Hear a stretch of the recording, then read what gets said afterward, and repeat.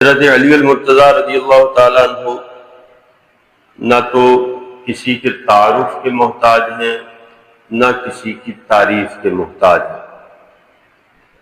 تعریف آپ کی وہ ہے جو خدا نے اپنے پاک کلام میں کی ہے، نبی صلی اللہ علیہ وآلہ وسلم نے اپنی احادیث میں کی ہے، صحابہ نے اپنی زندگیوں میں کی ہے، اولیاء بزرگان دین تمام اہل سنت سنی آج تک کرتے چلے آ رہے ہیں۔ حقیقی تعریف تو آپ کی وہ ہے جو رب نے کی اور رب کے رسول نے کی، باقی امت اس کو آگے بیان کرتی آ رہی آج تک الحمدللہ۔ آپ کی جرت، آپ کی بہادری، آپ کی کارہائے نمایاں، آپ کی فتوحات، ان سب سے ہٹ کر آپ کی زندگی کا ایک اور پہلو بھی ہے،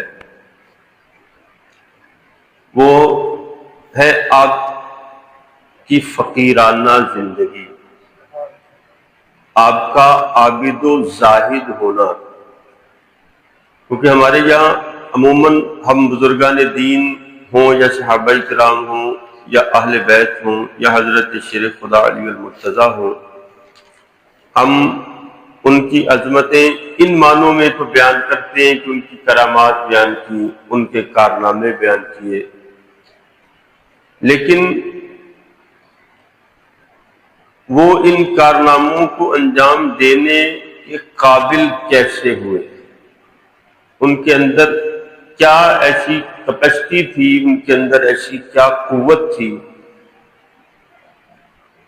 جس کی بنا پر انہوں نے یہ عظیم کارہائے نمایاں انجام دیے۔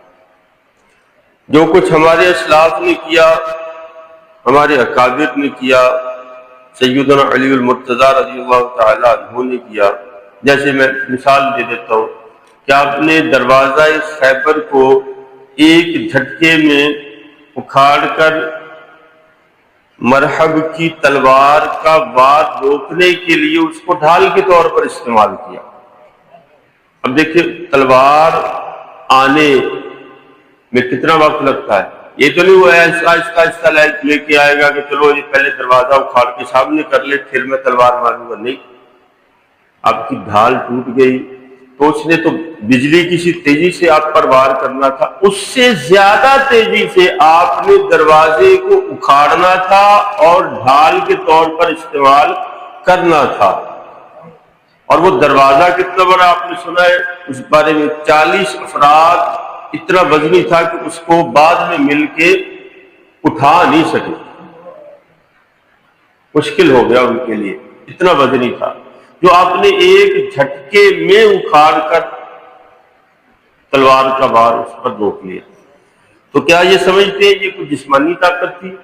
نہیں، آپ کا جسم پاک بڑا دبلا پتلا تھا، موٹے تازے نہیں تھے، آپ پہلوان ٹائپ نہیں تھے، کوئی آپ باڈی بلڈر نہیں تھے، بلکہ آپ کا جسم دبلا پتلا تھا۔ یہ ایک روحانی قوت تھی جس کا مظاہرہ خیبر کی جنگ میں ہوا، اور یہ قوت خدا داد تھی، جسمانی قوت نہیں تھی، اللہ تعالیٰ کی عطا کردہ قوت تھی۔ لہذا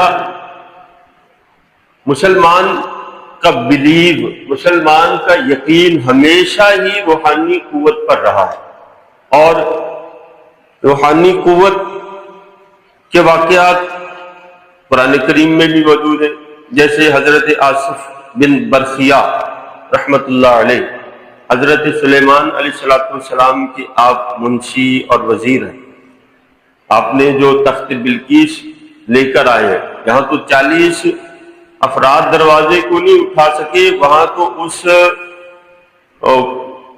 تخت کو اٹھانے کے لیے 1000 سے بھی زیادہ افراد درکار ہوں، اتنا وزنی تھا وہ تخت جو آپ کیسے لائیں؟ یہاں پلک جھپکنے سے بھی پہلے حضرت علی نے دروازہ اکھاڑ کر ڈھال کے طور پر استعمال کیا ہے، وہاں پلک جھپکنے سے بھی پہلے حضرت آصف ابن برقیہ اس دروازے کو دربارے اس جو ہے وہ منبر کو، اس تخت کو دربار سلیمان علیہ السلام میں آپ نے لا کر پیش کر دیا، پلک جھپکنے سے بھی پہلے۔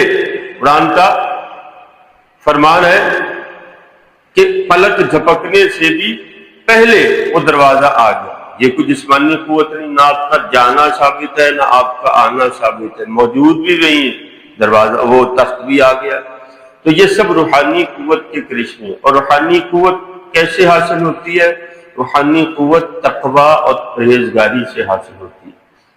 یہ کوئی غذائی اجناس نہیں ہے کہ ان کو مارکیٹ سے خرید کے خوراک تیار کی اور کھانا شروع کیا، روح طاقتور ہونی شروع ہو گئی، نہیں۔ روح کی تقویت تقویٰ اور پرہیزگاری ہے۔ روح کی تقویت دنیا سے بے رغبتی ہے، گناہوں کو ترک کرنے میں۔ یہ ہمارے اسلاف کی صحابہ ہوں، تابعین ہوں، اہل بیت ہوں، بزرگان دین ہوں، جو بھی ہوں، ان کی زندگی کا ایک یہ بڑا حصہ اور باب ہوا کرتا ہے۔ بدقسمتی سے ہمارے یہاں ایک عرصے سے ہمارے اسلاف کے کارنامے اور ان کی کرامات تو بیان ہوتی آ رہی، لیکن یہ جو ایک ان کی زندگی کا حصہ ہے نا، یہ بیان ہونا بند ہو گیا۔ محافل میں بھی، جمعہ کے بیانات میں بھی عموماً یہ چیز بیان نہیں ہوتی کہ یہ حضرات اس مقام پر فائز کیسے ہوئے۔ آج ہم ان کی تعریف و توصیف کر رہے ہیں، وہ اس تعریف اور توصیف کے اہل کیسے ہوئے، اس مقام پر کس طرح پہنچے۔ بزرگان دین کو دیکھیے، اولیاء کرام کو دیکھیے، ہم کس لیے ان کی تعریف کرتے ہیں کہ وہ اللہ کے ولی۔ اگر اللہ کے ولی نہ ہوتے تو کون جانتا خواجہ غریب نواز کون ہے، داتا علی حجویری کون ہے۔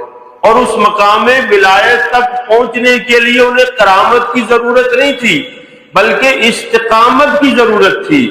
تقویٰ، پرہیزگاری، توکل، اخلاص، عبادات، اعزاز، مخلوق خدا پر شفقت اور مہربانی، اس چیز کی ان کو ضرورت تھی اور انہوں نے اس پر عمل کیا۔ تو یہ باب پورا ایک رہ گیا۔